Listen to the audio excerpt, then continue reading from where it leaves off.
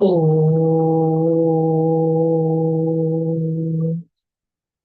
శాంతి. ఓ శాంతి. ఓ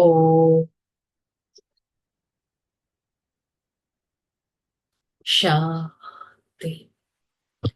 ఓం శాంతి. నేను ఆత్మ దైవీ నడవడిక కలవారిని, స్వచ్ఛమైన మార్గంలో నడిచేవారిని, స్థిరమైన ఆత్మను, చైతన్యయుక్త ఆత్మను.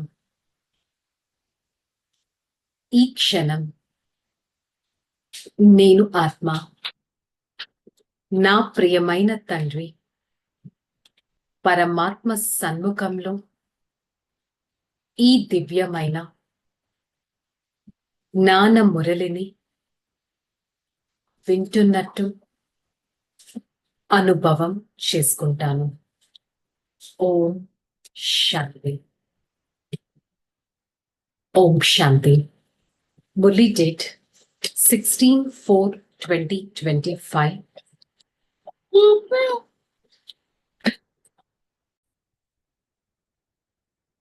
చెప్తున్నారు, మధురమైన పిల్లలు, మీ అవస్థను చెక్ చేసుకోండి. నా మనసు కేవలం తండ్రి పైన సంలగ్నమైందా, లేక ఇతర ఏ కర్మ సంబంధికుల పైనైనా మనసు సంలగ్నం అయ్యిందా? కర్మ సంబంధికులు ప్రతి క్షణం వారితోనే ఉంటాను, అంటే దేహదారులు, ఒక రిలేషన్స్ కానీ. మరి నేను ఆత్మ నా ప్రియమైన తండ్రితో నేను కనెక్షన్ ని జోడిస్తున్నానా, లేక దేహదారులతో కనెక్షన్ ని జోడిస్తున్నానా అనేది చెక్ చేసుకోవాలి. ప్రశ్న: తమ కళ్యాణం చేసుకునేందుకు ఏ రెండు విషయాల చార్ట్ను సదా చెక్ చేసుకోవాలి? తమ కళ్యాణం చేసుకోవాలంటే ఏ రెండు విషయాల చార్ట్ను సదా చెక్ చేసుకోవాలి? యోగం మరియు నడవడిక యొక్క చార్ట్ ని ప్రతిరోజు చెక్ చేసుకోవాలి. చెక్ చేసుకోండి, ఎటువంటి డిస్ సర్వీస్ అయితే మనం చేయటం లేదు కదా అనేది చెక్ చేసుకోవాలి. ఎటువంటి డిస్ సర్వీస్ అయితే మనం చేయటం లేదు కదా అని సదా మన మనసుని మనం ప్రశ్నించుకోవాలి. నేను తండ్రిని ఎంతగా స్మృతి చేస్తున్నాను, నా సమయాన్ని ఏ విధంగా సఫలం చేసుకుంటున్నాను, ఇతరులను నేను చూడటం లేదు కదా, ఎవరి నామరూపాల్లో నా మనసును నేను చిక్కుకునేటట్టు చేయటం లేదు కదా, మనసును చిక్కుకునేటట్టు చేయట్లేదు కదా, నేను ఎవరి నామరూపాల్లో ఇరుక్కోవటం లేదు కదా, నేను నా తండ్రిని ఎంతవరకు స్మృతి చేస్తున్నాను, నేను ఇతరులను చూడటం లేదు కదా. ఇవి చెక్ చేసుకోవడం చాలా ఇంపార్టెంట్. సో బాబా పాటలో ఇదే చెప్పారు, ముఖాన్ని చూసుకో ఓ ప్రాణి. ఇలా ఎవరన్నారు? అనంతమైన తండ్రి. ఏ ఆత్మల్లారా అని అన్నారు. అంటే మనం వారికి పిల్లలం కదా. ప్రాణి అనగా ఆత్మ అని అర్థం. ఆత్మ వెళ్ళిపోయింది అంటే ఆ శరీరం లోపల నుంచి ప్రాణం వెళ్ళిపోయినట్టు కదా. ఇప్పుడు తండ్రి సన్ముఖంగా కూర్చొని మనకు అర్థం చేయిస్తున్నారు, ఏ ఆత్మల్లారా నన్ను స్మృతి చేయండి. కేవలం ఈ జన్మం మాత్రమే చూడకూడదు. ఎప్పటి నుండైతే మీరు తమో ప్రధానంగా అయ్యారో అప్పటి నుండి మీరు మెట్లు దిగుతూ కిందకి దిగజారిపోతూ ఉన్నారు, పతితంగా అయిపోయారు. కావున తప్పకుండా పాపాలు చేసి ఉంటారు.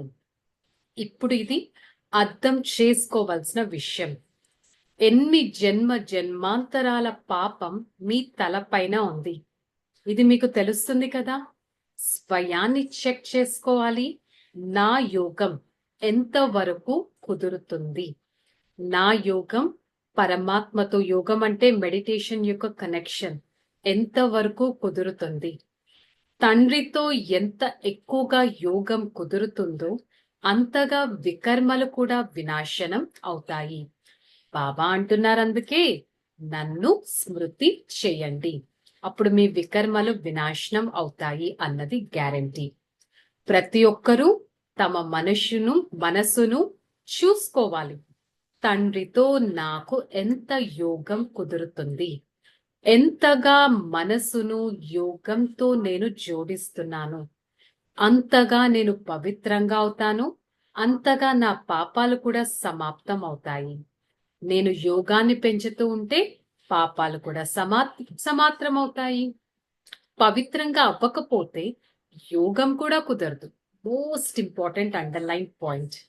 మీరు మన బిహేవియర్ ద్వారా ఆత్మని పవిత్రంగా చేసుకోకపోతే పరమాత్మతో యోగం కూడా కుదరదు. మొత్తం రోజంతట్లో 15 నిమిషాలు కూడా స్మృతిలో ఉండనే ఉండరు. ఇలా చాలా మంది ఉన్నారు. అందుకని స్వయాన్ని ప్రశ్నించుకోవాలి. నా మనస్సు బాబాపై సంలగ్నం అయిందా, లేక ఏదైనా దేహదారులపైన, లేక కర్మ సంబంధికులు మొదలైన వారేమన్నా నాకు గుర్తొస్తున్నారా? మాయ పిల్లల్ని తుఫాన్లోకి తీసుకువస్తూ ఉంటుంది. నా అవస్థ ఎలా ఉంది అనేది స్వయం ఎంతగానో అర్థం చేసుకోగలగాలి. నేను ఆత్మ శివ్ బాబాపై నా మనస్సును సంలగ్నం చేయగలుగుతున్నానా, లేక ఏదైనా దేహదారులపైన నా మనసు కనెక్ట్ అవుతుందా? ఇది కూడా చెక్ చేసుకోవాలి. కర్మ సంబంధికులు అంటే, కర్మ అంటే ఏంటి? నేను చేసే పని, నేను చేసే ఒక యాక్టివిటీ, దాంతో నాకు ఒక రిలేషన్ ఏర్పడుతుంది. నేను ఒక మదర్ రిలేషన్ ప్లే చేస్తా, ఫాదర్ రిలేషన్, లేక daughter, son, mother in law, father in law. ఈ విధంగా కర్మ సంబంధీకులు మొదలైన వారిపైన మీ మనస్సును సంలగ్నం చేయకూడదు. నావి చాలా వికర్మలు ఉన్నాయని ఫస్ట్ మీరు అర్థం చేసుకోండి. వాటి వలన మాయ గొయ్యలో మనని పడేస్తుంది. విద్యార్థులు చెప్తారు కదా, మేము పాస్ అవుతామా లేదా, మేము బాగా చదువుతున్నామా లేదా అని. వాళ్ళకి లోపలే అర్థమైపోతుంటుంది వారి సిచ్యువేషన్ ఏంటని. సో అలాగే పిల్లలు కూడా నెంబర్ వారీగా ఉన్నారు. ఆత్మ తన కళ్యాణం తాను చేసుకోవాలి. తండ్రి అయితే డైరెక్షన్ ఇస్తున్నారు. నీవు పుణ్య ఆత్మగా అయ్యి ఉన్నత పదవిని పొందాలనుకుంటే అందులో పవిత్రత ముఖ్యమైనది. పుణ్యాత్మగా అయ్యి ఉన్నతమైన పదవి పొందాలి అనుకుంటే పవిత్రత ముఖ్యం అయినది. వచ్చేటప్పుడు కూడా మీరు పవిత్రంగా వచ్చారు, మళ్ళీ వెళ్ళేటప్పుడు కూడా పవిత్రంగా అయ్యే మీరు వెళ్ళాలి. పతితులు ఎప్పుడు ఉన్నత పదవిని పొందలేరు. పతితులు ఎప్పుడు ఉన్నత పదవిని పొందలేరు. సో అందుకని మీ హృదయాన్ని మీరు ప్రశ్నించుకోవాలి. నేను తండ్రిని ఎంత స్మృతి చేస్తున్నాను? హృదయాన్ని చెక్ చేసుకోండి. 24 hours లో ఎంత సమయం నా తండ్రిని స్మృతి చేస్తున్నాను? ఉన్నత పదవిని పొందాలి అంటే పురుషార్థం కూడా చేయాలి కాదా? దానికోసం నడవడిక కూడా మీకు చాలా బాగా ఉండాలి. తండ్రిని స్మృతి చేస్తూ మీ తలపైన ఉన్న పాపాల భారాన్ని దింపుకోవాలి. పాపాల భారాన్ని స్మృతితో తప్ప ఇంకా దేనితోనూ మనం దించలేము. ఉన్నతుడైన తండ్రి వచ్చి చెప్తున్నారు, తండ్రినైన నన్ను స్మృతి చేయండి. అప్పుడు మీకు వికర్మలు కూడా వినాశనం అవుతాయి. సమయం దగ్గరగా వస్తుంది. అకస్మాత్తుగా ఎలాంటి యాక్సిడెంట్స్ జరుగుతుంటాయి. అకాల మృత్యువు అనేది వచ్చేస్తుంది. అది ఫుల్ సీజన్ గా వచ్చేస్తుంది. కావున ప్రతి ఒక్కరూ ఇప్పటి నుంచే చెక్ చేసుకోండి. నేను నా తండ్రి స్మృతిలో ఉంటూ నా కళ్యాణం నేను చేసుకున్నానా, నాకు నేను మంచి చేసుకున్నానా? యోగం మరియు నడవడికకు సంబంధించి మొత్తం రోజంతటి చార్ట్ని చెక్ చేసుకోవాలి. రోజంతటిలో నేను ఎన్ని పాపాలను చేశాను? ముందు మనసులోకి ఆ పాపాలు వస్తున్నాయా? మనసు నుండి వాచాలోకి వస్తున్నాయా? వాచా నుంచి కర్మనాలోకి వస్తున్నాయా? నేను మంచి కర్మలే చెయ్యాలి అనేది మీ బుద్ధిలో కూర్చుండిపోవాలి. నేను మంచి కర్మలే చేయాలి. సెకండ్, నేను ఎవ్వరిని మోసగించటం లేదు కదా. నేను అనవసరంగా అబద్ధాలైతే ఆడటం లేదు కదా. నేను డిస్సర్వీస్ అయితే బాగా చేస్తున్నానా? నేను ఎవరి నామరూపాల్లో అయితే చిక్కుకోవటం లేదు కదా. నేను నా తండ్రిని నిందించే ఎలాంటి పనులు చేయట్లేదు కదా. దీనికి బాబా క్లియర్ గా చెప్తున్నారు, పిల్లలు మీరెవ్వరికి దుఃఖం ఇవ్వకండి. ఈ ఒక్క పాయింట్ మీరు స్మృతిలో ఉంచుకోండి. ఇది మీకు లభించిన చాలా గొప్ప చింత. ఒకవేళ మనం స్మృతిలో ఉండలేకపోతే మనకేం గతి పడుతుంది ఒక్కసారి ఆలోచించండి. ఈ సమయం మీరు నిర్లక్ష్యంగా ఉన్నట్లయితే అంతిమ సమయంలో చాలా పడవలసి ఉంటుంది. తక్కువ పదవిని పొందేవారు ఎవరైతే ఉంటారో వారు తక్కువ పదవినే పొందుతారు. సో బుద్ధిలో చెక్ చేసుకోండి. లక్ష్యం అయితే సన్ముఖంలో ఉంది. ఏంటా లక్ష్యం? నేను నా తండ్రిని స్మృతి చేయాలి. రచయిత రచన యొక్క జ్ఞానం నాకైతే లభించింది. 63 జన్మలు పాపాల భారం నా తలపైన ఉంది కదా, దాన్ని ఇప్పుడు తొలగించుకోవాల్సిన సమయం అయితే వచ్చింది. దానికోసం నేనెంతగానో కష్టపడాల్సిన అవసరం ఉంది. ప్రదర్శనలో చాలా మంది వస్తారు. ఈ ప్రపంచం సతో ప్రధానంగా ఒకప్పుడు ఉండేది, తమో ప్రధానంగా అయిపోయింది. ఈ విషయం మీరు అందరికీ చాలా క్లియర్ గా అర్థం చేయించాలి. దానికి బాబా ఒకటే చెప్తున్నారు, స్వయం ఆత్మాని భావించండి, తండ్రిని స్మృతి చేయండి. అప్పుడు ఈ మనసు ఆటోమేటిక్ గా పరమాత్మతో సంలగ్నం అయిపోతుంది. ఈ బుద్ధి కానీ పవిత్రంగా లేకపోతే దీంట్లో జ్ఞానం నిలవదు. సో తండ్రి ఏ విధంగా స్థాపన చేస్తారు, దీనిపైన మనకి క్లియర్ కట్ క్లారిటీ ఉండాలి. పరమాత్మ త్రికాలదర్శి, త్రిమూర్తి, త్రినేత్రి. వారు మనల్ని ఎలా తయారు చేస్తున్నారు? స్వదర్శన చక్రధారిగా తయారు చేస్తున్నారు. ఇది తప్పకుండా మనము మన మనసులో ఉంచుకోవాలి. బాబా మనల్ని స్వదర్శన చక్రధారులుగా తయారు చేస్తున్నారు. నాలో సృష్టి చక్రం యొక్క జ్ఞానం అంతా ఉంది. 84 జన్మల రహస్యం కూడా నాకు తెలుసు. నేనిప్పుడు ఈ లెక్కాచారాలన్నీ ఇక సమాప్తం చేసుకోవాలి. అందుకనే బాబా మళ్ళీ ఏం చెప్తున్నారు? మీ లోపల స్వయాన్ని చెక్ చేసుకోండి. నేను ఎంత ఉన్నతమైన పదవి పొందుతున్నాను, నా నడవడిక ఎలా ఉంది, ఆహార పానీయాల పైన నాకు లోభమైతే లేదు కదా, నా దగ్గర ఎలాంటి అలవాట్లు ఉన్నాయి. ముఖ్యమైనదేంటి? అందరిని తలుచుకోవడం, బాబాని తలుచుకోవడం, మనుషులను దేహదారుల్ని తలుచుకోవడం. దీన్నే అవ్యభిచారి స్మృతి అంటారు. సో అందుకని మీ హృదయాన్ని మీరు ప్రశ్నించుకోండి, నేను ఎవ్వరిని స్మృతి చేయట్లేదు కదా, పాపాలను సమాప్తం చేస్తున్నానా, పరవశమై ఉన్న ఆత్మలని పరమాత్మకు దగ్గరగా తీసుకొస్తున్నానా. 21 జన్మల కోసం ఎంతగా నష్టమైతే వాటిల్లింది కదా, మరి నేను ఆత్మ కర్మాతీత అవస్థను చేరుకొని బాబాకి దగ్గరగా రాగలను అనే ఒక స్థితిని మెయింటైన్ చేసుకోగలగాలి. బాబా దాన్న చెప్తున్నారు, యజ్ఞపితకు నిందను తీసుకొచ్చే ఎటువంటి కర్మ చేయకూడదు. తండ్రి ద్వారా ఏదైతే ధర్మయుక్తమైన బుద్ధి లభించిందో ఆ బుద్ధి ద్వారా మంచి కర్మలనే చేయాలి. ఎవ్వరికీ దుఃఖాన్ని ఇవ్వకండి. ఒకరినొకరు తప్పుడు సమాచారాలను అడగకూడదు. పరస్పరంలో జ్ఞానానికి సంబంధించిన విషయాలనే మీరు చర్చించుకోవాలి. అబద్ధాలు ఆడకూడదు. అల్లరి చేయడం, గొడవలు చేయడం, దుఃఖం ఇవ్వడం, నష్టపరుచుకోవడం, ఇవన్నీ ఇక వదలాల్సిన సమయం వచ్చింది. ఇప్పుడు వికారి మార్గంలో ఇక నడవకూడదు.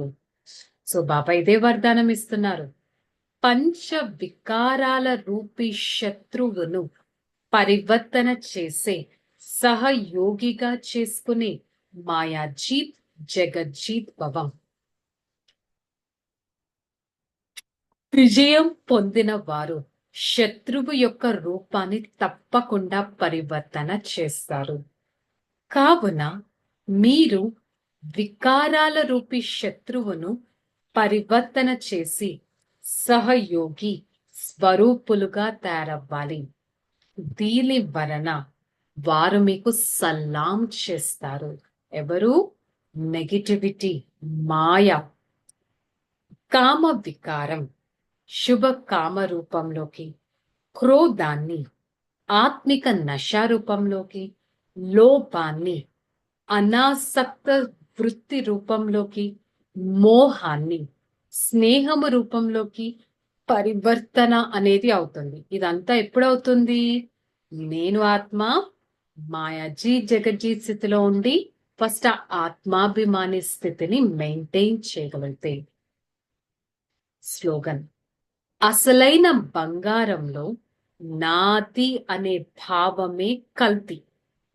ఇది విలువను తగ్గించేస్తుంది. అందుకే నాది అన్న భావాన్ని సమాప్తం చేయండి. నాది అనే భావాన్ని సమాప్తం చేయండి. ఎందుకంటే ఆ నాది అనేది మొత్తం ఒక నెగిటివిటీ, ఒక అహంకారం, ఒక బాడీ కాన్షియస్నెస్ ని స్ప్రెడ్ చేయించగలదు. సో ఈరోజు మురళి యొక్క స్వమానం: నేను దివ్యమైన నడవడిక కలవారిని. నేను దివ్యమైన నడవడిక కలవారిని. నా నడవడిక ఎవరిని నష్టపరచకూడదు, దుఃఖం ఇవ్వకూడదు, అశాంతి పరచకూడదు, బాబాకి దగ్గరగా తీసుకొని రావాలి, సేవాదారి నడవడిక ఉండాలి, నేను అనే కల్తీ ఉండకూడదు, ఎలాంటి వికారి ఆలోచనలు ఉండకూడదు, అబద్ధాలు ఆడకూడదు, అశుద్ధమైన వాక్యాలను మాట్లాడకూడదు, క్రోధం చేయకూడదు. నా నడవడికను అంతగా దివ్యంగా తయారు చేసుకోవటానికి ప్రయత్నిస్తుంది. ఓకే, చలో రిలాక్స్. ఓం శాంతి. నేను ఆత్మ స్థిరమైన దివ్యమైన శాంత స్వరూపాన్ని. శాంతి నా ఆత్మ యొక్క స్వధర్మం.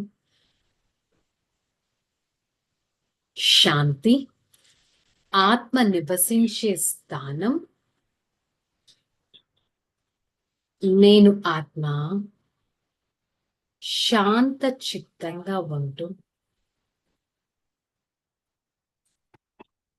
పరమాత్మ కిరణాలను నలువైపులా వ్యాపింపచేస్తాను. నిర్వికారిగా అయి పరోపకారి ఆత్మగా అయి నిశ్చింత జీవితాన్ని అనుభవం చేసుకుంటాను. సదా నా ఈ బుద్ధిని పరమాత్మతో సంలగ్నం చేస్తూ నేను ఆత్మ దివ్యంగా పరోపకారిగా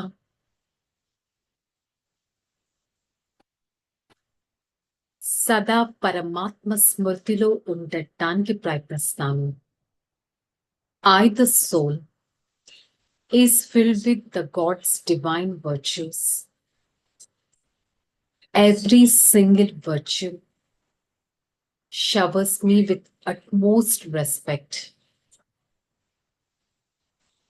I am the divine being. Divinity is my own nature. I try to be divine and pure,